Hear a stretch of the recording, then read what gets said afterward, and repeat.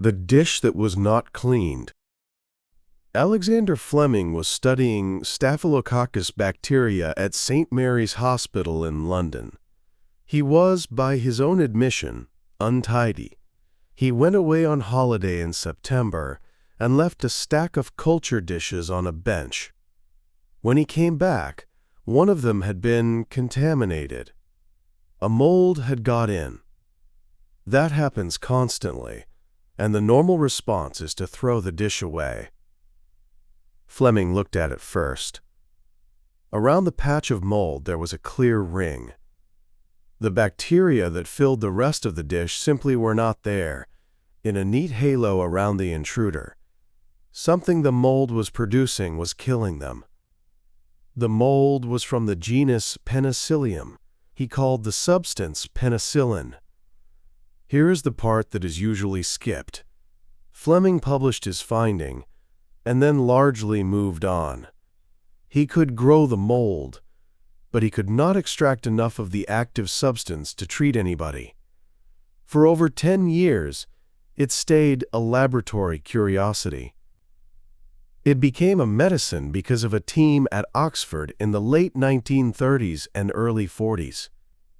Howard Florey, Ernst Chain, Norman Heatley, and others worked out how to purify it and make it in quantity at a moment when the world very badly needed it.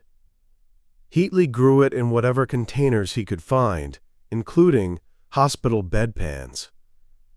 The accident was Fleming's. The medicine took a decade and a large group of people. The chemist who did not wash his hands. Konstantin Fahlberg was working at Johns Hopkins University on coal tar derivatives. This is ordinary industrial chemistry.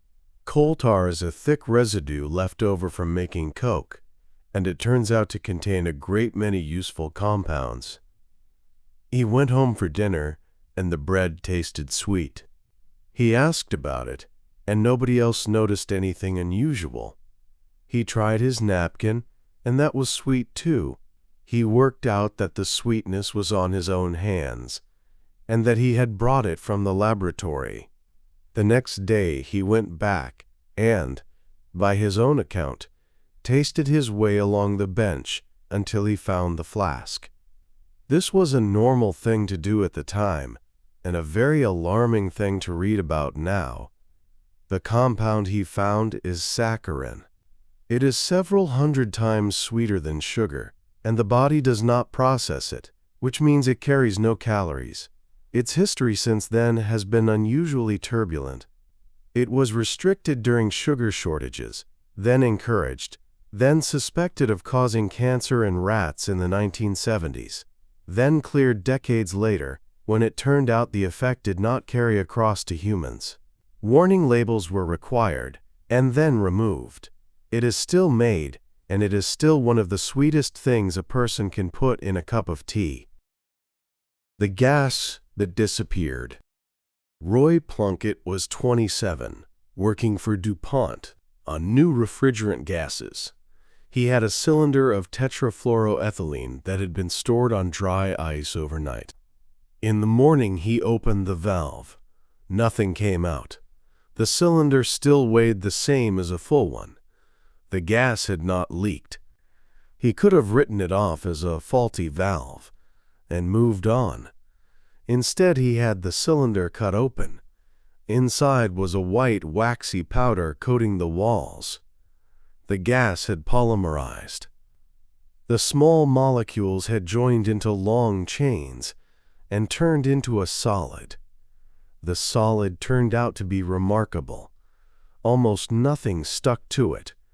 Almost nothing corroded it. It tolerated heat that destroyed other plastics. It was extraordinarily slippery.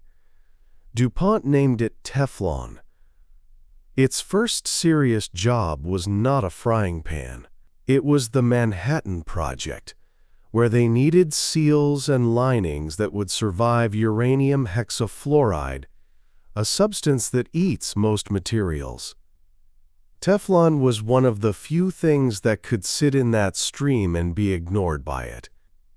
The kitchen came afterwards, in the 1950s, when a French engineer's wife suggested putting it on cookware.